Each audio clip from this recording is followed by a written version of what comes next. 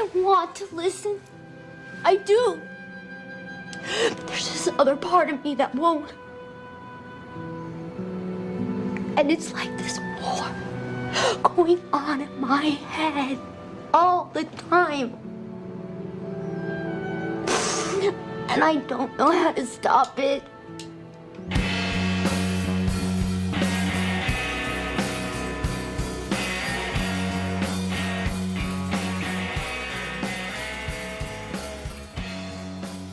Wait, we need to get one when we're not just like laughing.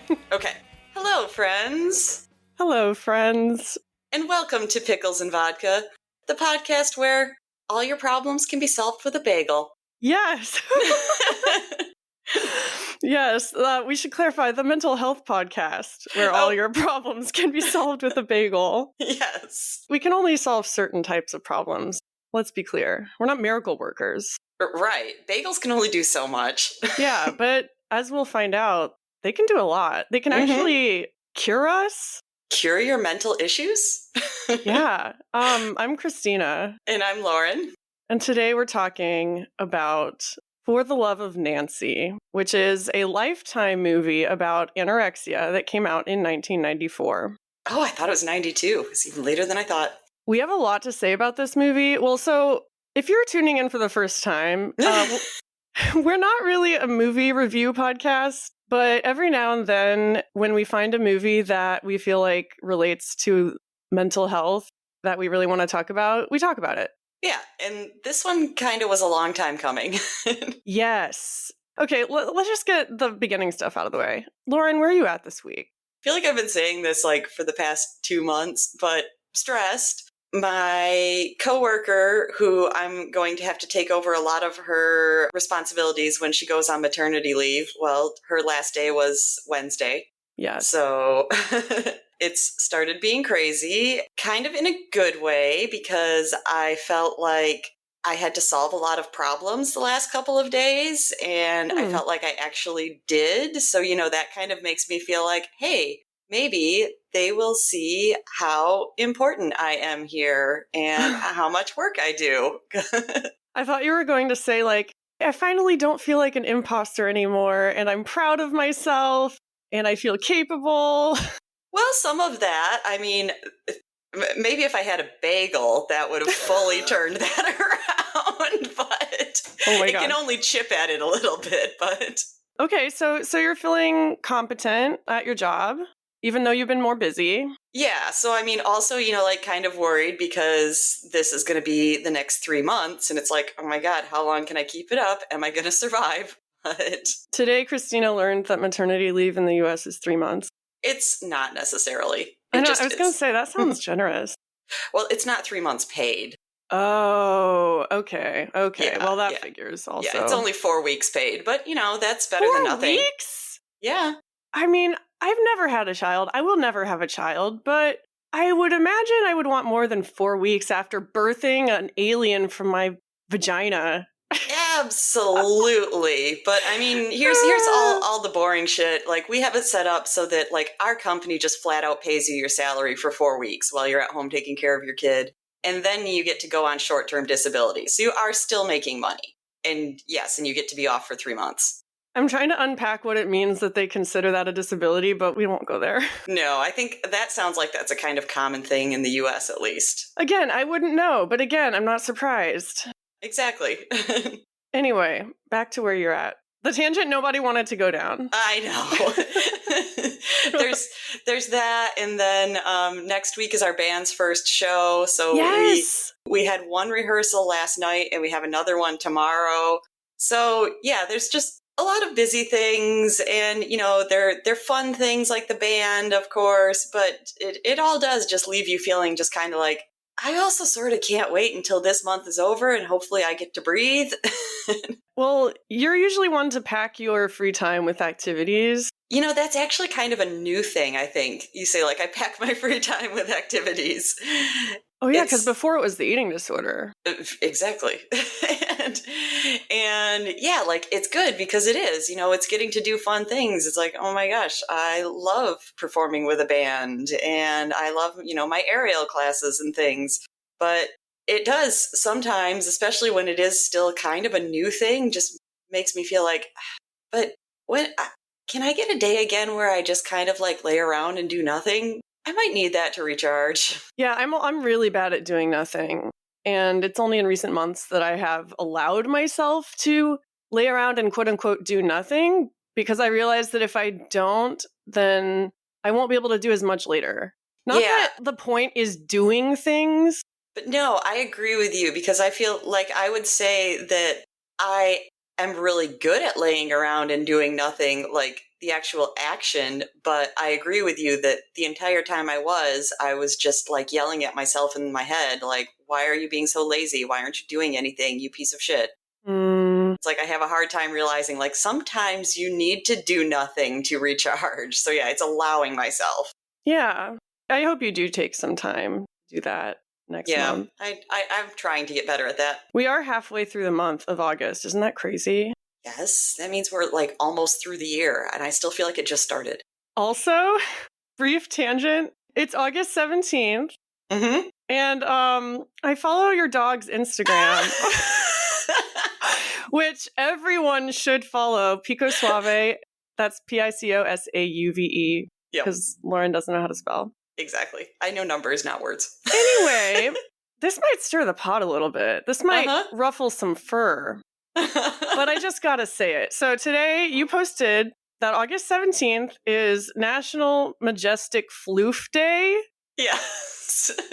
And I gotta say, I don't think Pico can hold a candle to Ruby when it comes to being a majestic floof. Okay. Because Pico is like fuzzy, but he doesn't have like a lot of floof. I would argue that he does, but it's much thinner than Ruby's floof. Well, yeah, it's a thin floof, which we need to ask, is that even a floof at all? I think it is when his hair gets long enough, because then he starts to look like Doc Brown from Back to the Future. But that's not majestic. I'm fighting you on this. I'm gonna post a picture of Ruby and of Pico. Okay, but I get to pick the picture of Pico because I have Okay, fine. Yes. I definitely have some majestic floof pictures of him. I'm always messaging Lauren like, hey, will you send me so-and-so pictures so I can post it on the podcast? And then she doesn't respond, and then I just pick a random one, and then she's mad about it. I really wanted to send you the one of me building the house, but of course I just moved, so, like finding my actual print pictures, because that's when I was 8 years old. Oh, it's fine. I like the one that I posted even better. Of course you do. Of you and your poodle skirt. Anyway, tangent over. Yep. Is that all for where you're at? Yeah. Okay. I was just gonna say, I'm not claiming that Pico's floof is better, but we will have War of the Floof. Which is more majestic? I'm not even saying that. I'm just saying that Pico also has majestic floof. I'm not saying it's better. All right. Well, so what are people voting on? I don't know. I wasn't making it a war. You did. I just wanted to stir the pot. I know. So where are you at? Other than starting wars with my dog. Well, believe it or not, I've been really depressed this week. I have been feeling really stuck in life, just in general. Like, as you know, I'm not working. I have my creative projects, but I don't really have a routine. I don't see a lot of people. I just feel like I'm not doing anything right now. And I feel like my life is like not headed in any particular direction. Because I'm not seeing results as fast as I'd like, I guess. I wondered if it's gotten harder since you ended your IOP, because I know when you were in that, you mentioned kind of liking that gave you some routine. Yeah. I mean, I think that was helping a lot. Just like you said, providing structure. I've been applying to part-time jobs while also waiting for a disability determination. I haven't been applying as hard as I could because it hasn't reached the point of emergency yet. Like I still have a little bit of savings, but that won't last for very much longer. And so I'm just worried that if I get a job and go right back into working, then I'll just do all the same things I did before and like burn myself out and like get suicidal again. Yeah. I don't know. It's been hard to write this week. It's been hard to talk to people, which is why I'm really happy that we have a more lighthearted episode today. Well, Yeah. Well, maybe not lighthearted, but I'm ready to get some housekeeping out of the way. okay. Okay, so first of all, we have a new paid subscriber, and I'm not going to say their name because we haven't decided if we're going to do that yet, because some of these people I know want to be anonymous. Yeah, so of course it'd only be if you want your name said. But yeah, I just wanted to say thank you because Absolutely. it just blows my mind that anyone would want to give us money. I mean, I am talking on my new microphone that was funded by our lovely subscribers. Yes! You sound amazing, by the way. Excellent. Yeah, your assistance really does take a weight off of our shoulders because, you know, we do pay for hosting, we pay for equipment, we spend hours every week working on this, and it just keeps us going to know that people give a shit. And that's such a simple thing. And, you know, it's not like we're buying like $500 microphones or anything like that. So, yes, I would have purchased it myself. But when Christina was like, I'll send you money from the podcast fund, I was like, oh my gosh, that's amazing. I know. Yeah. And, yeah, I want to send out stickers to paid subscribers. So I will be ordering a new batch of those this week. And also, if you don't have money to support us, that's fine too. Tell a friend about the podcast. Word of mouth is so important. Yeah, and we discussed some things, you know, that we might do for subscribers, but we would never make it so that you can't get the content somehow. Yeah, this podcast will always be free. We might have like extra stuff for paid subscribers, but we will never gatekeep our audience. No. Next thing I wanted to talk about is guests. We had to cancel on a couple guests in the last few weeks because of life. Yeah.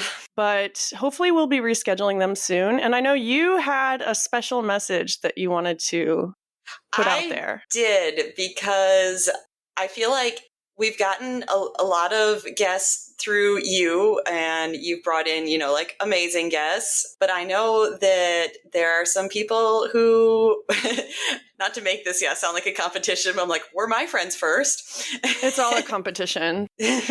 Basically knowing that they listen and maybe, you know, have sent in comments and things like that. I want to hear from some of you, and I don't want you to feel in any way, you know, like, oh, I can't do it. I mean, I am calling out frequent voicemail leaver Heather. We would love to hear from you. Support group joiner Renee. I think you have a fantastic story, and I mean, Vicky knows that we'd always welcome her back. Duh. Stacy? Stacy, absolutely. I never knew if I could say your name. I know I always called her T. Oh, yeah, T. My former treatment friend, who I know still listens, or anybody else who, when I was there, said, I'll be on your podcast. We want to hear from all of you. Don't be afraid. You have a story to tell. Yeah, that's the thing. I invite a lot of people to be on the podcast in real life. That's why a lot of the people that have come on have been people I know. And they always say the same thing, which is, I don't know what I would talk about, or I feel like I don't have anything important to say. Yeah. That's the thing I feel like I hear the most is like, I don't know what I'd really say. But here's the thing. We're a mental health podcast. Everyone has mental health. And I don't know. I think you have a story to tell, even if you don't realize it. And it's not always like the big dramatic things people want to hear about. It's how this stuff affects everyday normal people. Yeah, that's the thing that somebody could be listening to and being like, oh my God, me too. You explained it. Amazing. Yeah, like some people have celebrities on their podcast talking about mental health or whatever. And, you know, those are fun. But I really love it when I find a podcast that interviews regular people. That's all we wanted to say. Hit us up. That's we don't it. bite. That's my call out. All right, let's talk about this fucking movie. All right. So For the Love of Nancy, as I mentioned, came out in 1994, directed by Paul Schneider. And I noticed the writers are a husband and wife team. Oh. Yeah. Carol Evan and Nigel McKeand.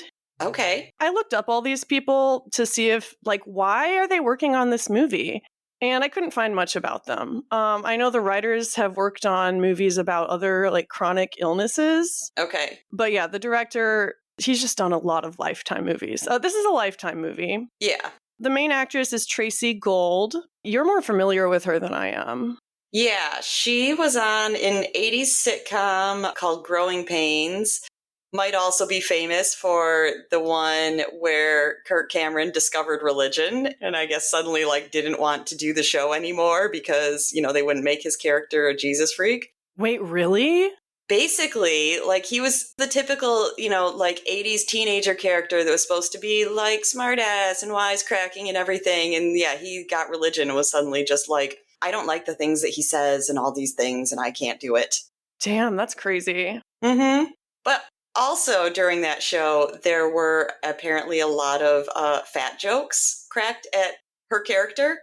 Yeah, so she plays a teenager in that character and she's, a little heavier. There are a lot of fat jokes and she's not even fat. Oh no, that's just an 80s thing that, you know, it's like she's kind of like the dowdy ones. So they're like, we'll pick on her for being fat. It'll be funny. Yeah, there's a lot of fat phobic content in stuff that's made around this time. I do want to give a disclaimer in a little bit. Anyway, she had to leave that TV show because of her anorexia. And it was around that time that this movie was made. So I was unable to verify this because there's not a lot of trivia out about this movie. You're probably looking for the same fact that I was trying to confirm. That I had heard that the movie was filmed in reverse. Yes! Because at the end of the movie, you see her, like at her worst, and she actually was in the process of recovering while she filmed this movie. Well, so, okay, I'm going to read like a plot synopsis. Okay. So this is from an anonymous user on IMDb. Mm-hmm. When Nancy graduates from high school, she is apprehensive about the future. She goes to college and becomes withdrawn. She starts to obsess over her weight, exercising all the time and hardly eating. Her parents ignore the changes in Nancy until one shocking moment at Christmas when it becomes apparent to everyone that Nancy has a serious problem. She's anorexic. The parents try to get Nancy treatment, but she resists attempts to help her. At last, her father decides to take her to court and win guardianship of Nancy so he can force her into treatment. So that's the plot. Disclaimer, everyone in this movie is thin, white, and rich. Okay, so here's another thing that I was trying to verify. Because I remember when I watched it being like, yeah, you live with that mother who's a freaking stick, no wonder. Yeah. But I had heard that the actress that played the mother, she eventually died from cancer, and I heard that she had just went through some major cancer treatment, and that was why. Oh shit, Jill Clayburgh. Yeah. The actress who played the mom is great. The mom herself is terrible, which we'll talk a lot about. Yeah. But yeah, at the beginning of the movie, Nancy looks healthy, and oh yeah, back to the disclaimer. I need to stay fucking focused. Okay. Yeah, everyone is thin and white and rich, like I said. Mm-hmm. This movie came out at a time when anorexia wasn't really portrayed in the media, and, the only people that were shown to suffer from it are thin, white girls. Yeah, in the 80s, if you see research about eating disorders, then they specifically believed, it seems to only afflict young, affluent, white women. Yeah. It's that is so not true, as we know today. Yeah. Even today, there's still not enough diversity in the, eating disorder world. We talked about To the Bone, which does a little better job of portraying that. But yeah, I just wanted to get that said right off the top because, we are also two thin white women talking about this movie. And so we relate to it a lot, but also I want to validate people who can't relate to it because of Right. Okay, so how do you want to do this? Do you just want to go through the plot scene by scene or? Yeah, I can just go down my notes and talk about what they relate to. I mean, the very, very first thing I wrote is the very first thing that is said. A dramatization based on one family in crisis. Yeah, it starts on Nancy running in gray sweats. There's this voiceover that says, this is a dramatization based on one family in crisis. Yeah. And family is a huge theme in this, which we'll also talk about. You see Nancy with her family. She has two parents who are married and her dad owns an aviation business, so they're pretty well off. She has two brothers around her age. I couldn't tell if they're both supposed to be older or between. Me neither. She's supposed to be a senior in high school. Yeah, she is a graduating senior when we start the movie. She enters college and they seem to live at home the whole time. So I'm is one of them at least still in high school? I don't know. Yeah, the brothers look like they're exactly the same age. They both look older than Nancy, and yet they're always at home, and they never talk about school, so I don't know what their deal is. Also, like in the 80s and 90s, it's really popular to have like 40-year-olds playing teenagers. So I'm like, I don't know, maybe one of them is supposed to be younger than her. But yeah, she goes to her prom in a new dress that she's purchased for the occasion. There's a scene at the beginning where she tries on the dress and her mom is like, oh, you should have gotten that in black. And you kind of see the first signs that there's like stress in that relationship. Her mom is kind of always projecting her own taste and opinions onto Nancy.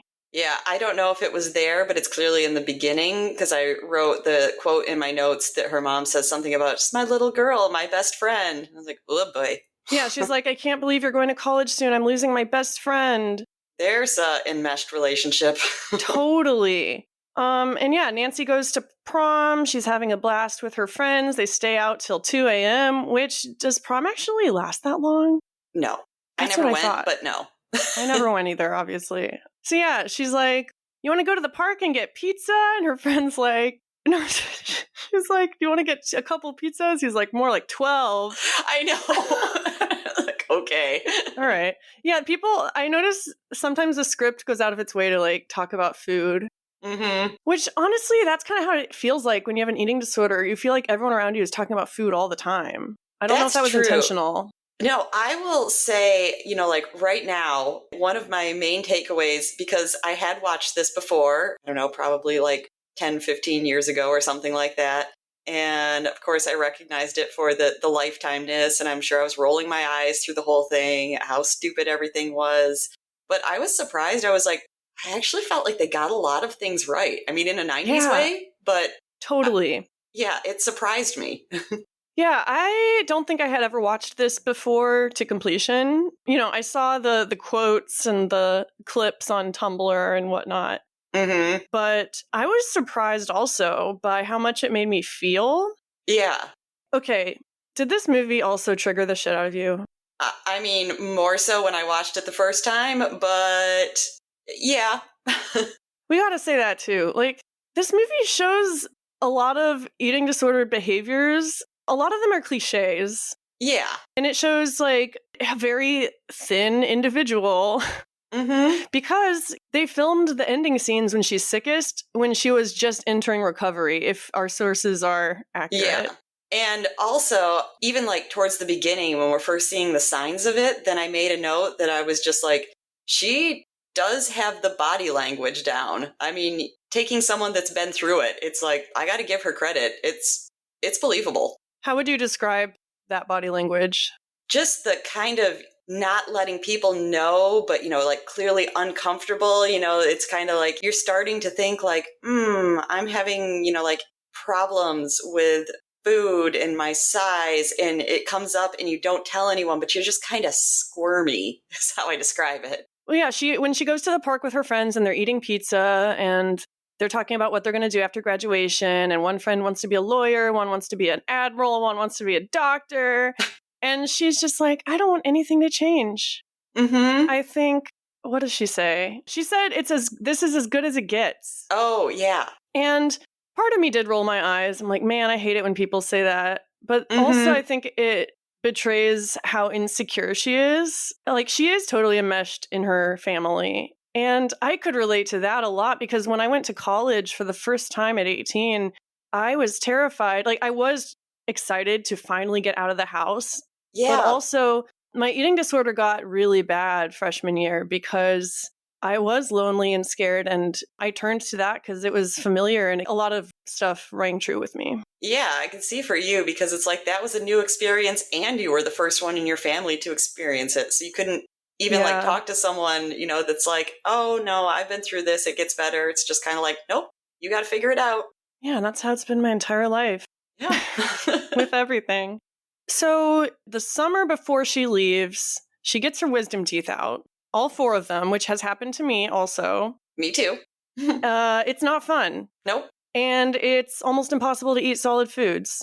Yep. You're not supposed to, in fact. No. So that's kind of how that's kind of how the eating disorder begins for her. What are your thoughts on that? Like how realistic it is, what you think was really going on. I feel like that is a really again, like in those times, that seemed to be a really common way to explain it. It's like someone gets a virus, someone gets their wisdom teeth out and you lose a few pounds and then you get addicted to it. But I wonder how much that really happens because I don't know anyone in real life who that was their story. Exactly. Yeah, when I got my wisdom teeth out, I drank a lot of chocolate milkshakes. Well, when I got my wisdom teeth out, then I was already like fully in the eating disorder mindset. So, I was hoping, I was like, oh, good, maybe I'll lose weight from this. Well, and that's what I think it was with her. I think she was feeling trapped. She needed control. And that just happened to be like the conduit that she needed. But I think just based on what we see, like you said, her body language, her fear of leaving, I think she might have developed one regardless. Oh, absolutely. Especially with that mother. Both of them. I feel like her dad clearly just like wanted everything to be great. Her dad doesn't seem to be very involved. So when you see the family together, she seems to have a good relationship with her brothers. She doesn't really talk to her dad much. No. Well, both the parents, really. That's something that I heavily related to in that movie. Yeah? Yeah, talking about the dad, I'm just kind of like, yeah, that was my growing up too. My dad wasn't there, he would work late hours. I think I've talked about for a while, he had to take a job that was over an hour commute. So, he was leaving like first thing in the morning and wasn't even getting back till late at night. And even, when he was around, he never really like showed emotions or anything and just always kind of seemed to want to be like, hands off. And, I love my family and everything, but I'm just going to assume everything's going to work out and everything will be great. There's no problems. Yeah.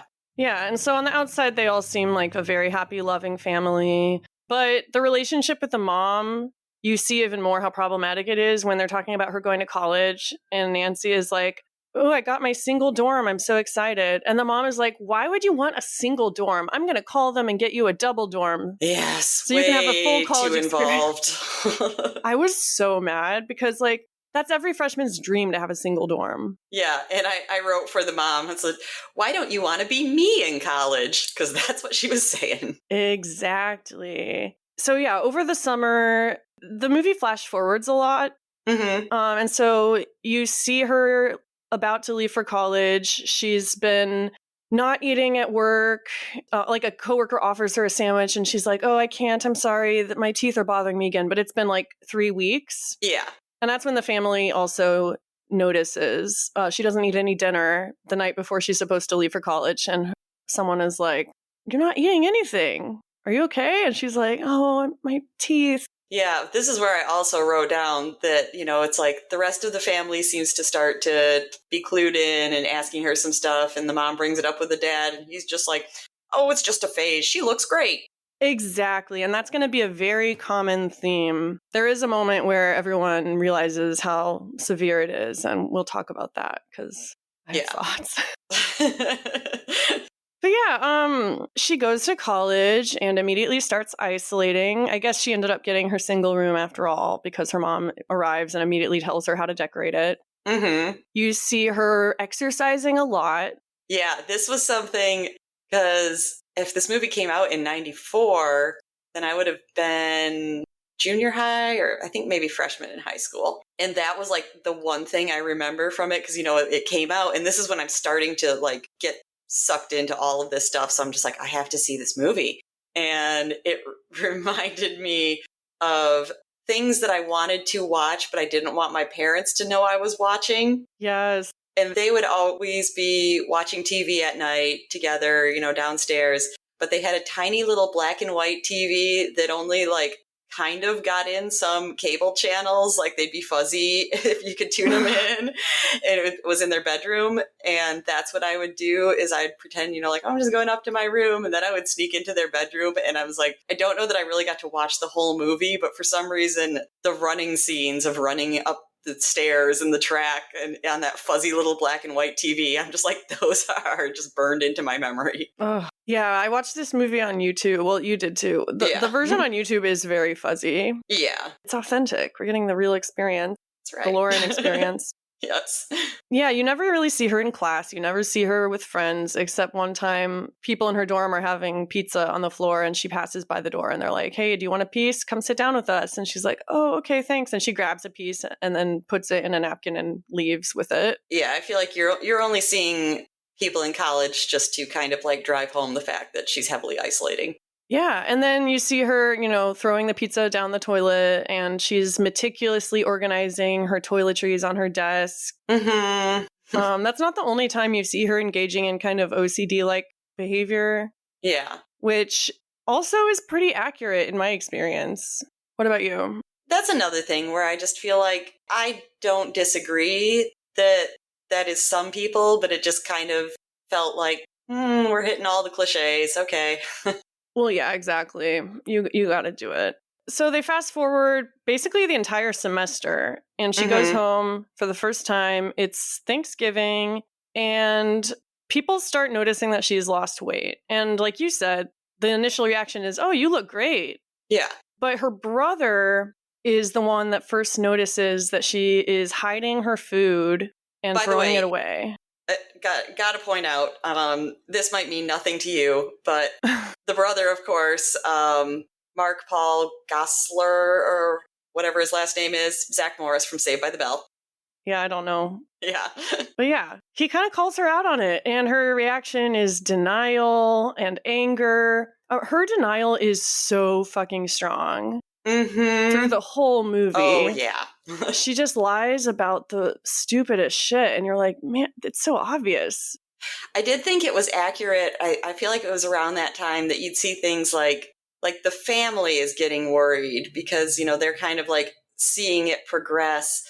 But if she runs into like a friend, like a 17, 18-year-old, that's not always going to be their first thought. Their thought is still like, oh my God, you lost weight. You look so great.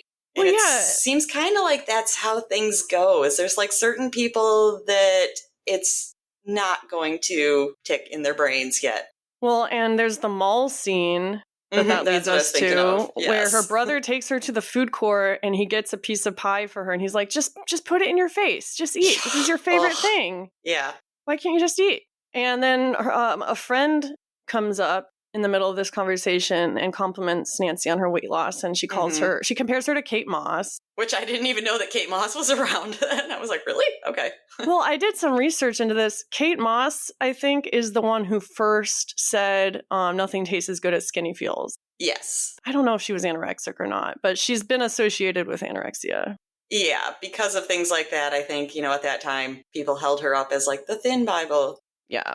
There's one for every generation. Right. So when do her parents start noticing? Oh, there's also a scene where she's hanging out with one of her high school friends on the patio, and her friend is eating chips. And this is a part I didn't like. She's like, do you know how many calories are in that? Yeah. And I don't know. I have a hard time thinking that she would actually say that. Because never at any point did I care about what other people were eating. Yeah. That's true. I guess I thought it. I would see people eating stuff and be like, man, that's hundreds of calories. How are they doing that? But then it would remind me of how sick I was if everyone else thought that was normal and I was the only one that I don't know. I feel like I agree. I would notice it and be thinking that too. Oh my God, you are ingesting so many calories. And then it would just make me sad, really. That exactly. I felt because clearly they're okay with it and I don't judge them for it. I just knew that I would judge myself for it. Yeah, and the friend just kind of laughs and says, you're only young once. And yeah, you just kind of get the idea of how Nancy is continuing to separate herself and fall into this world of her anorexia, even if she doesn't really know it yet. I think it's kind of obvious at that point that she's kind of on a spiral. Yeah, I feel like it's changed her personality. Yeah, and it seems like this is a point where she knows she's doing something and she knows that it's not something people approve of, so she has to hide it. Yeah, but that brings us to the scene where she can no longer hide it. For I have written the famous Christmas scene. Gratuitous rib shot. Merry Christmas, everyone! Yeah, so... This, I would say, is the most trigger warning if anyone wants to watch this. Yeah, it just keeps getting more triggery from this It's point made on. to be, yeah. So everyone is in the house for Christmas dinner, and the mom goes upstairs to bring Nancy her dress, which she's just ironed. And she opens the door, and Nancy's standing there in her underwear in front of the mirror, and she looks like a skeleton. Yeah. And the mom's reaction is just The mom's like, reaction is pure Lifetime. That's all I'll say. You could just put the bread in the oven for a couple of minutes. I've got to run this dress up to Nancy. Nance!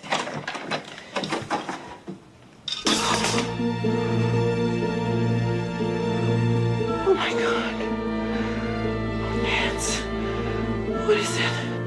What's up, Mom? Oh my God.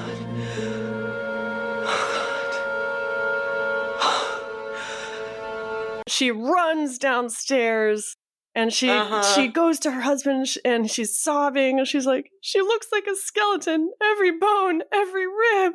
Mm-hmm. She's like, I guess she was hiding it with the baggy clothes. And the dad is kind of horrified. And then Nancy just strolls downstairs in this tiny little black dress, and Yeah. everyone sees how skinny she's become. Yeah, it's an uncomfortable scene where she's just walking through like everything is great and everyone else is looking and like, I don't know what to say, but something is wrong.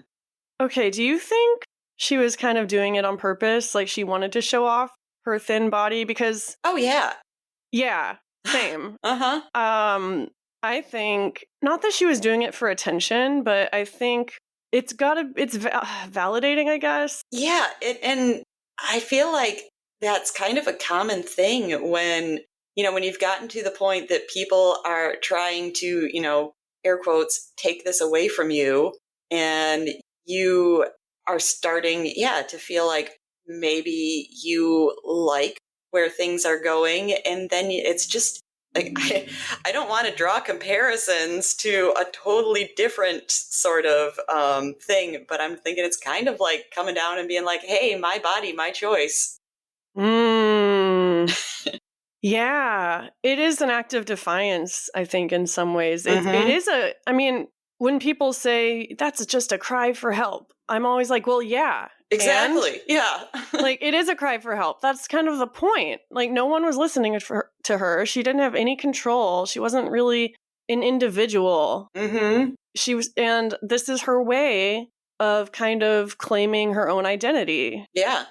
And so, yeah, she walks around in front of everybody, and her uncle is like, I've seen this before. She's a very sick girl. You should take her to the hospital. Is that who it was? That was an uncle? I think so, yeah. Because I have a part in my notes where I just wrote, who is this dude and how does he know so much about eating disorders? I might be wrong. It might just be some random person at the party. Like a guy was talking to her mom. And I was like, who is that? People notice. Yeah. And, we forgot to talk about the mom's friend who tries to raise the alarm bells early on. Yeah. Yeah, her mom is working out at the gym with another woman, and the other woman is like, hey, I've noticed Nancy has lost a lot of weight, and I described her behavior to a friend who's a therapist, and she thinks that the person I described has anorexia nervosa. Yes. And the mom is just appalled. She's like, no, not my daughter. And this was another spot where it felt like really familiar to my own parents, because what it felt to me like is the mom has already noticed, the mom is already concerned, but some outsider brings it up and she immediately has to, put on a face like, no, not my family. We're perfect. Shut up.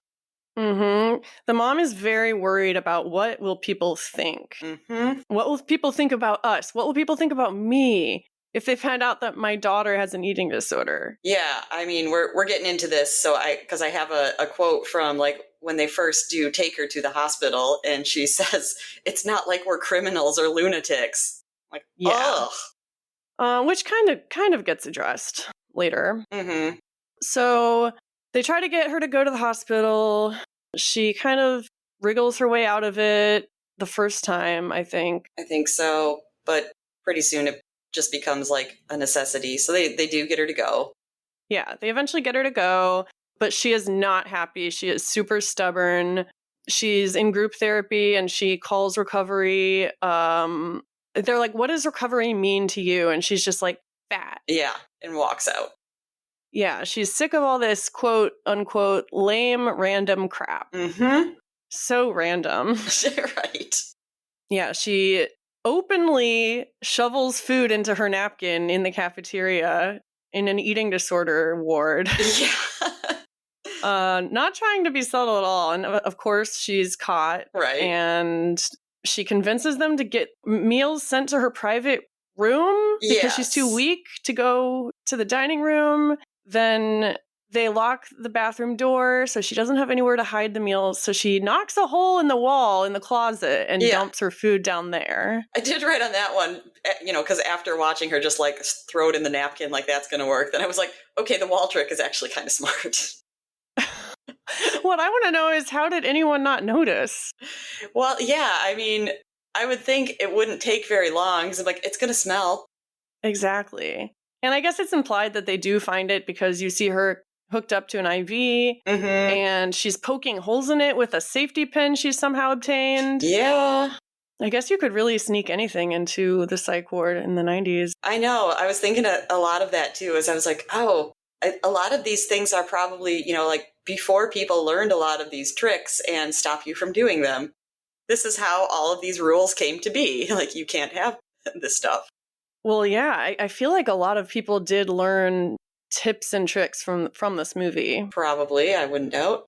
I did also note, like, something that I wanted to say, because I feel like was a really common thing in, like, 80s and 90s eating disorder stories is the hospital staff is either played out to be amazing savior angels or they're made out to be, like, absolute cruel tyrants. And I felt like for the most part, this movie did a good job of kind of making them in the middle. Like, the nurses aren't babying her, but other than the one that thinks she should be happy about a weight gain, they all seem pretty to do their job pretty well.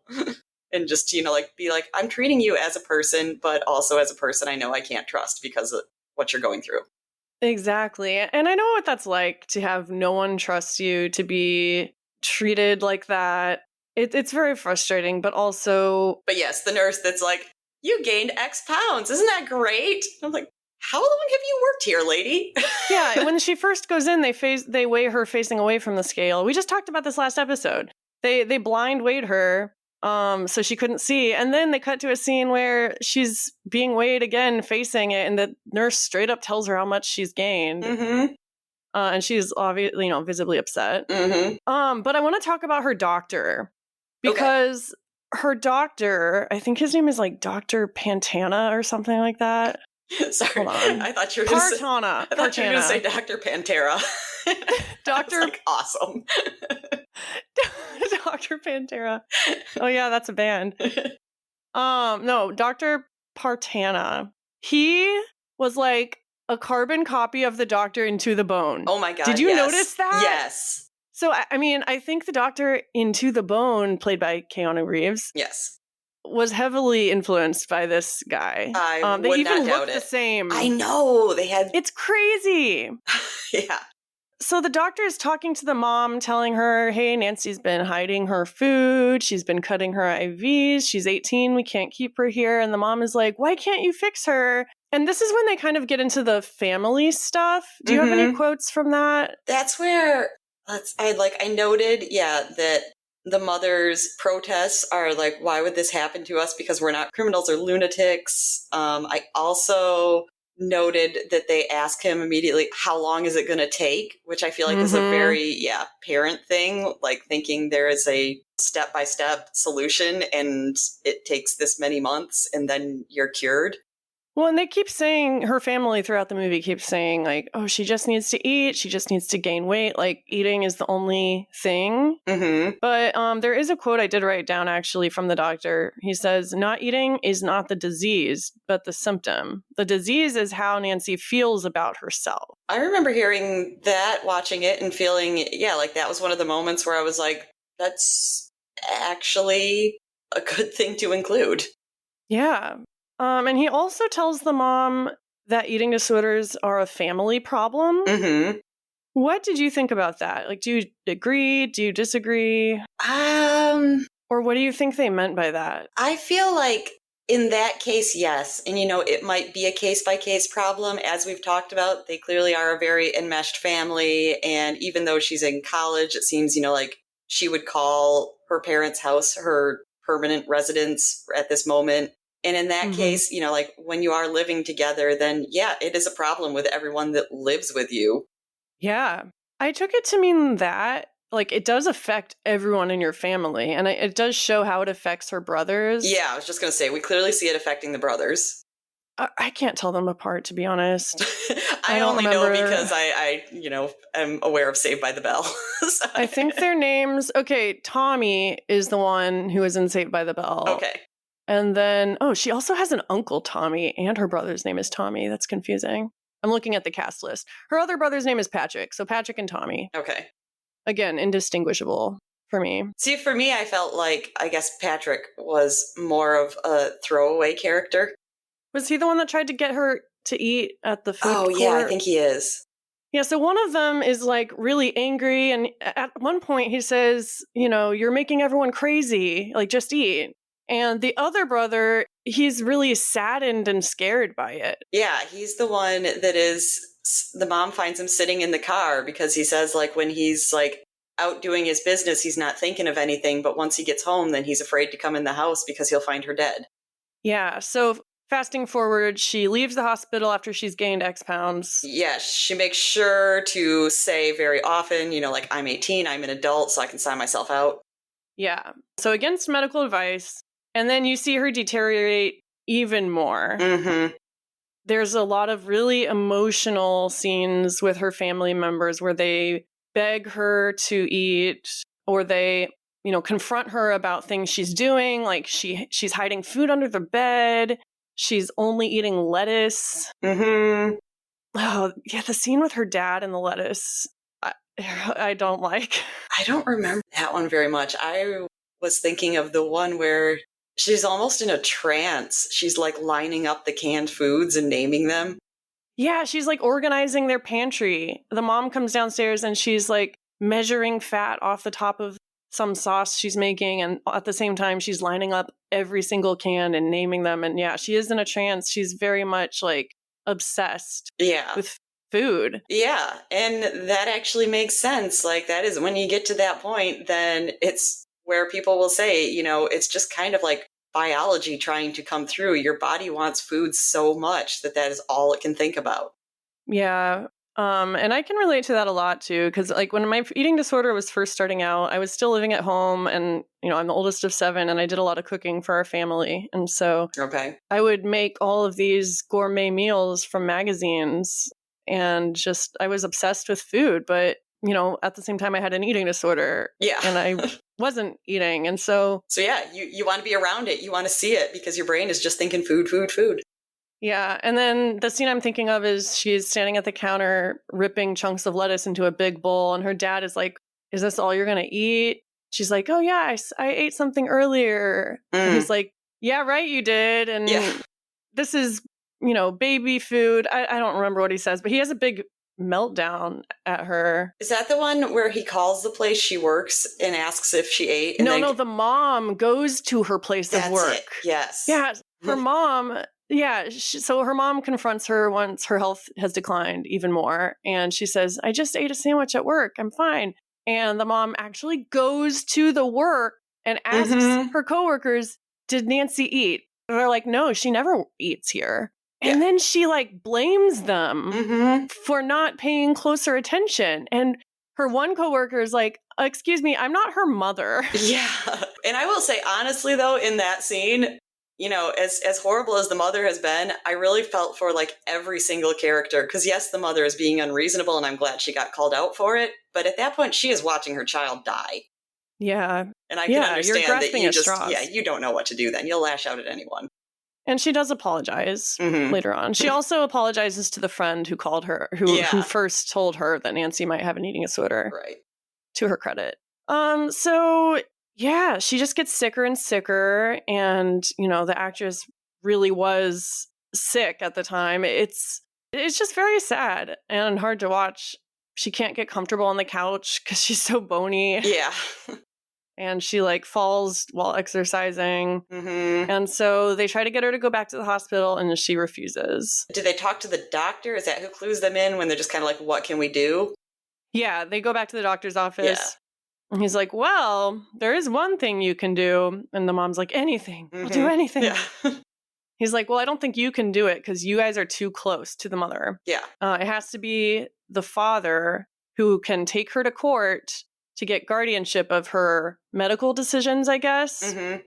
and force her to go to treatment. I mean, basically Britney Spears her. Exactly. So that doesn't go over well. No. She gets her own lawyer. And this is another part where I'm like, man, these people are so fucking rich. The lawyer comes to her house and she's like, who's paying for this? And she's like, oh, your parents. Oh, she did. Okay. Because I was going to say, like, that must have, like, blown over my head because in a case like that, they'll appoint a lawyer for you. Well, they did. But then they said the parents were paying But for it. I didn't realize, so yeah. But I don't know. I mean, clearly they're a rich family anyways. So she is really adamant that she wants to win and she doesn't want to gain weight or go to treatment. Then there's a scene where she's going to the court the morning of the defense, I guess. Mm-hmm.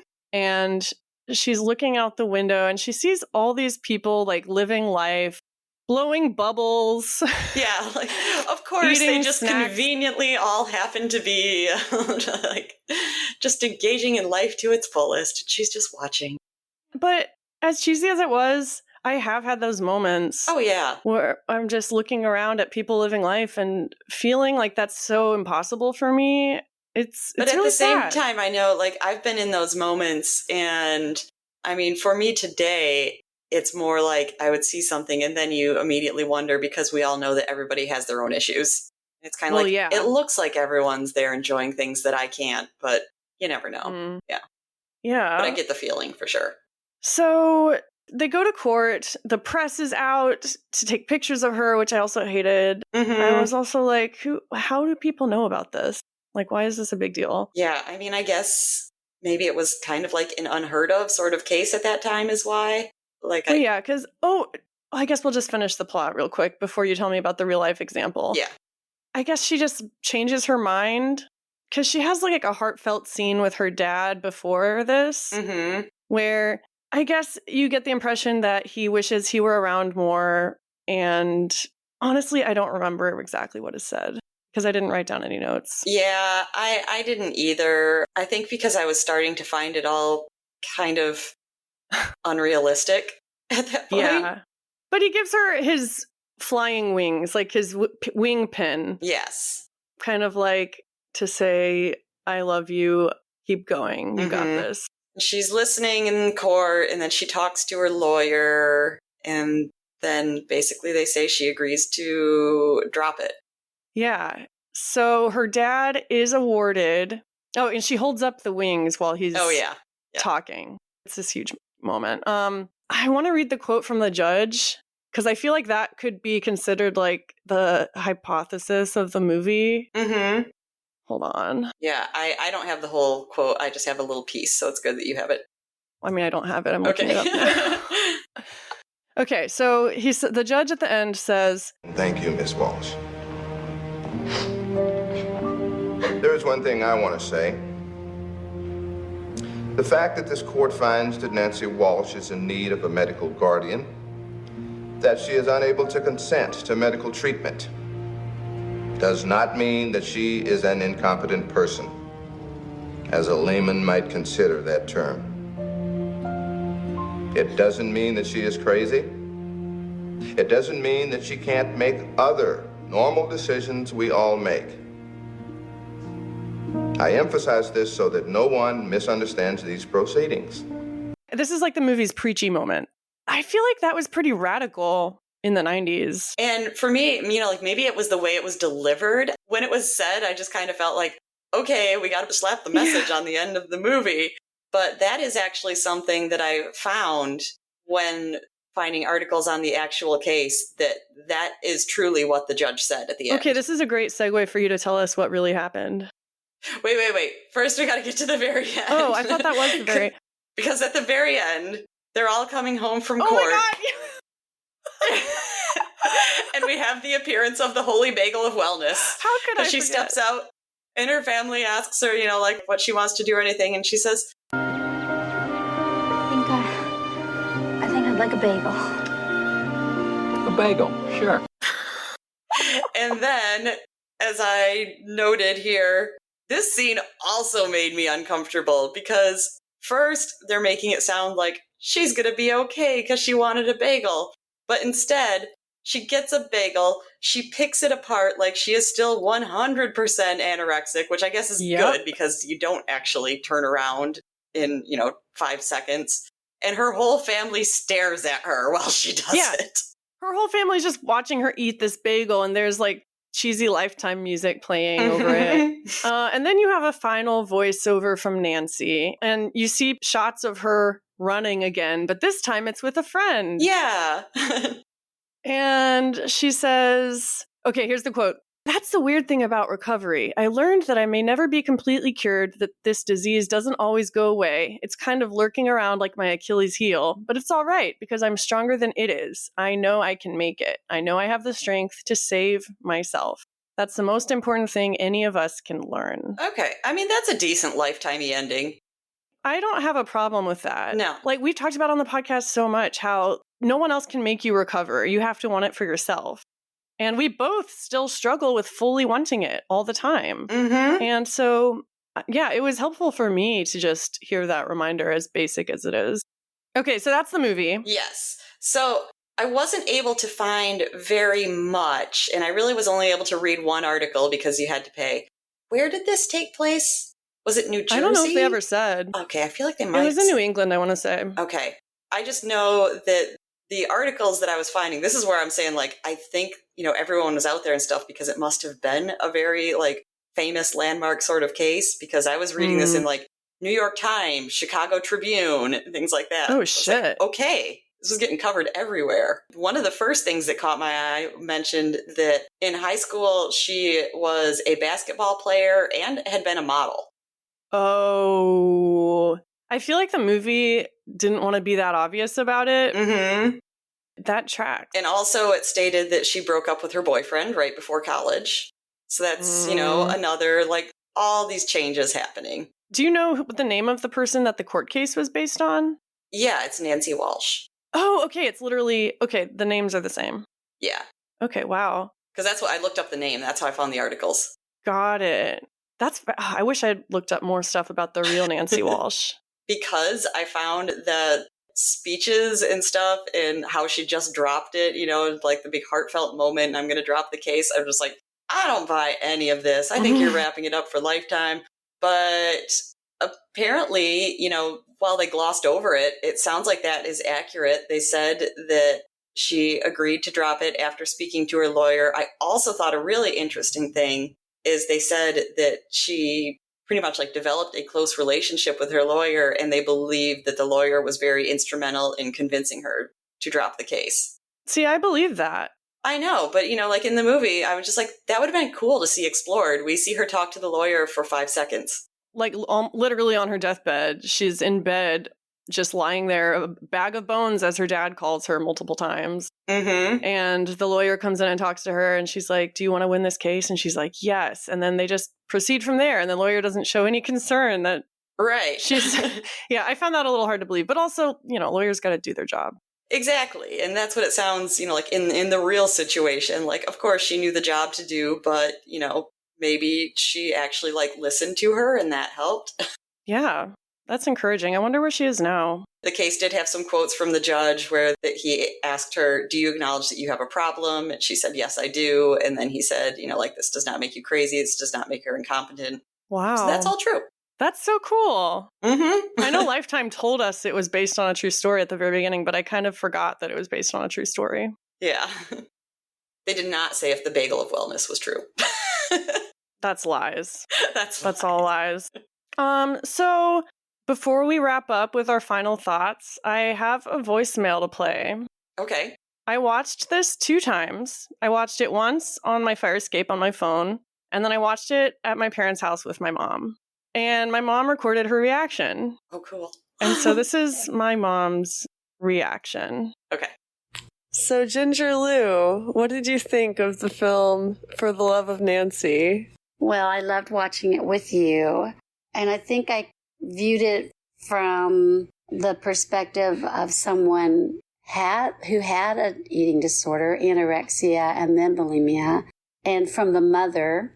Yeah. And also from the perspective of being, at least I think, free from all of that for years, decades now. So it was like I was watching it from three people: the one that had it, the mother of someone I love who is in recovery, and then someone that has recovered and is very, very, very thankful because it could have gone another direction. So it was very good. I saw how it affected the family.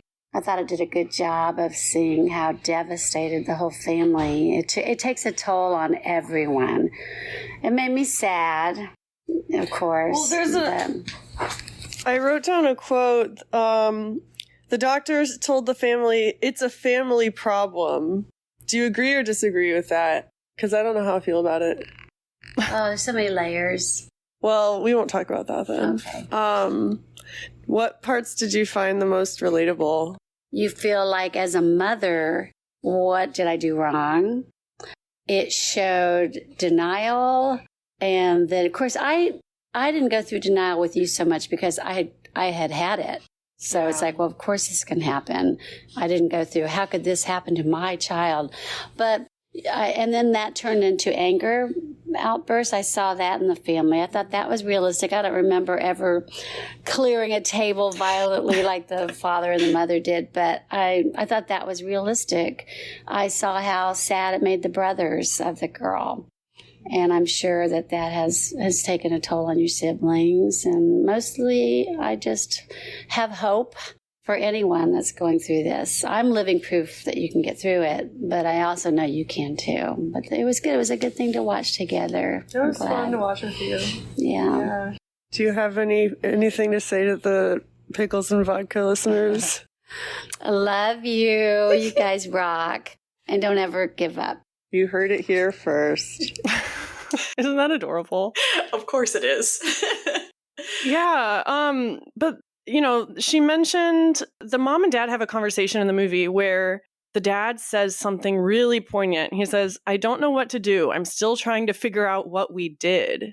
Oh. And I wrote that down because I just thought that was... That does hit hard. Yeah. I know. Because, there's so many factors.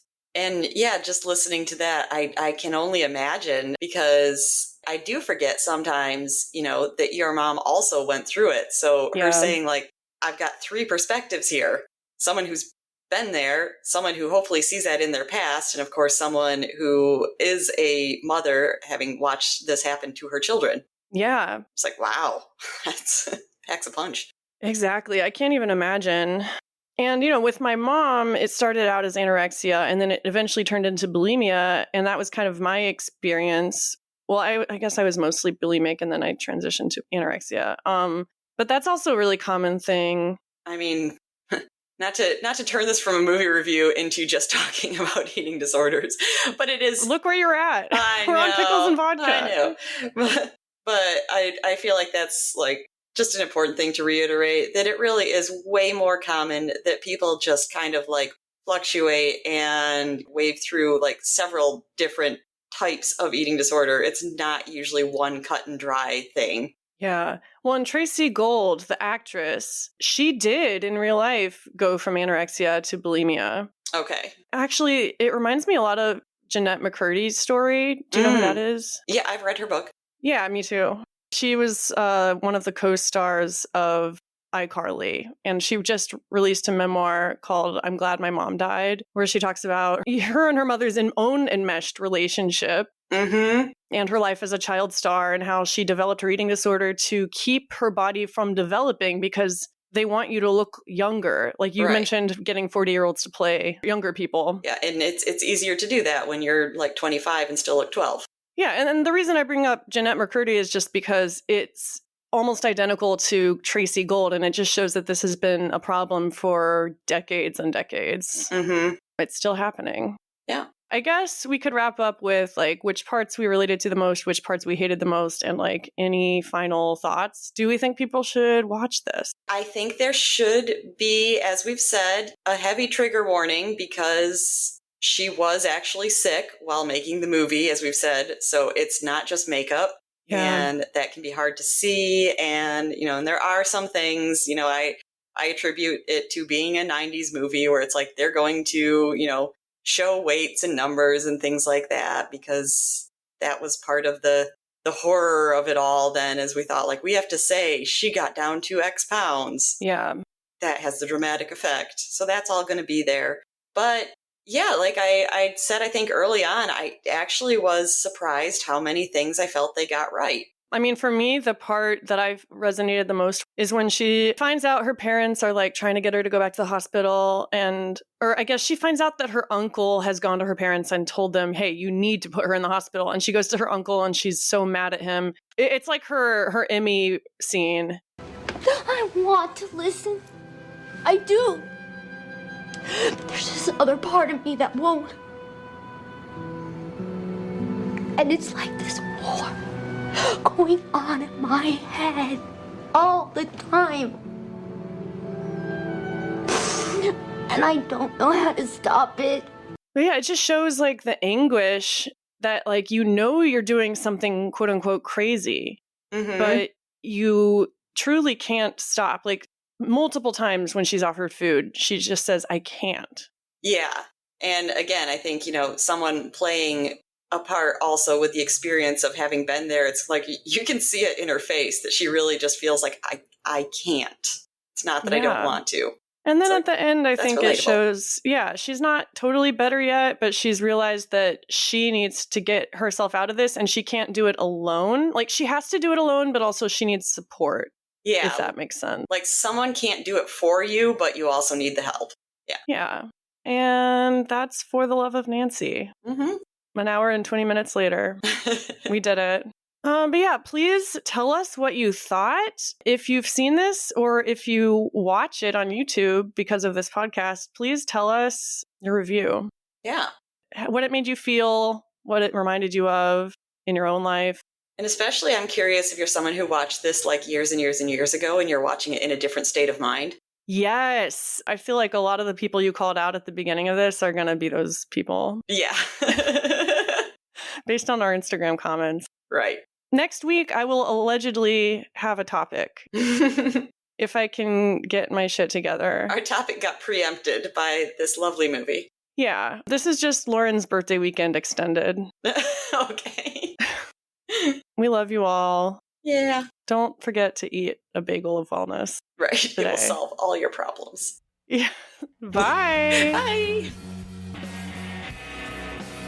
If you like what you heard, don't forget to tell a friend about our podcast. You can direct them to picklesandvodka.substack.com where they can find our entire archive and also get access to our chat. We're on Instagram at Pickles and Vodka Podcast, Facebook.com/Pickles and Vodka Podcast, and YouTube.com/@Pickles and Vodka Podcast. My Instagram is @XtinaJumper and Lauren is @LaurenAFH.